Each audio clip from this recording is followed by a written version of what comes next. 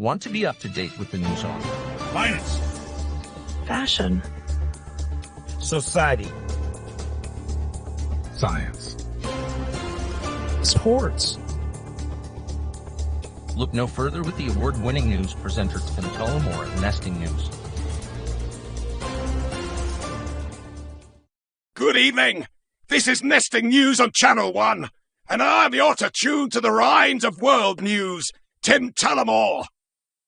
In today's episode, we break down some of the recent developments in crypto world overall. We'll look into the shaky foundation of stable coins, dogs biting the feeding hand, latest commotion on Theta blockchain, and more. Kicking off with Bitcoin, which trades, just in case you've been living under a rock, over $30,000.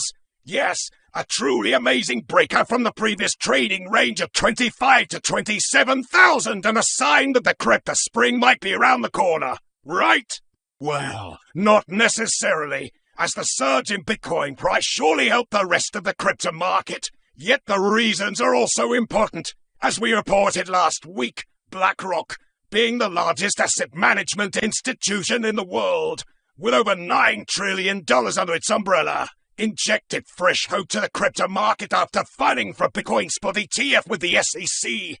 This was quickly capitalized upon by the market, and the price managed to stay above $30,000 the past week. However, what could have added to this was the rumor that Fidelity Investment, another top 10 asset management firm, also is looking to get a Bitcoin ETF going. While some may argue that it is nearly a race for profit, it is important to understand the degree of complexity when it comes to such decisions. Therefore, it was a very calculated move by both of the companies, which had to be planned for in advance. And thus, we can deduce that the so-called smart money is definitely recognizing crypto industry to have a great potential, while approaching it safely, given the SEC's latest whims.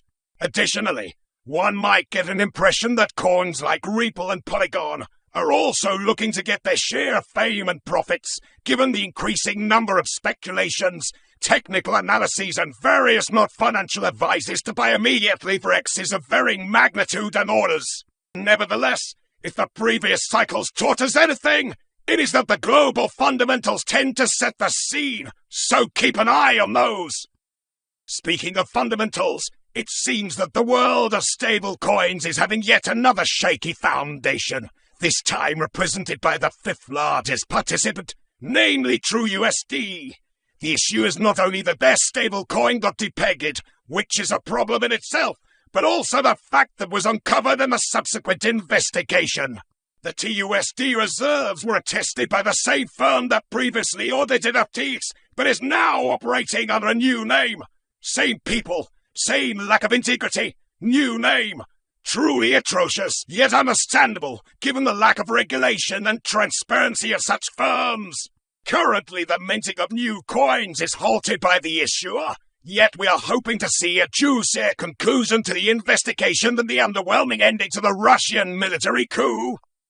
Now, moving to Dogecoin and the collective lawsuit against Elon Musk, a number of Dogecoin holders, as could be expected from meme lovers, have colluded together to sue Musk for price manipulation of Doge in the recent year. To recap, Musk had previously appraised the meme coin on a number of occasions via the use of his Twitter account, which already has millions of followers, as well as, most recently, using his ownership of Twitter itself. The collective lawsuit claims that this was a deliberate price manipulation, which profited Musk, while leaving many Doge holders lose their money. The meme coins. Praise Musk as being their leader one day, but bite the feeding hand the other day. Truly a doggy behavior. Now, let's move to Theta Network's latest news, which we typically love to see for the innovation that they're associated with. Unfortunately, not today. Mark Plant, previously also known as Theta Diamond, has caused a lot of commotion by erasing all media accounts relating to his collections, having 10,000 followers, many of which were really dedicated collectors of his artwork.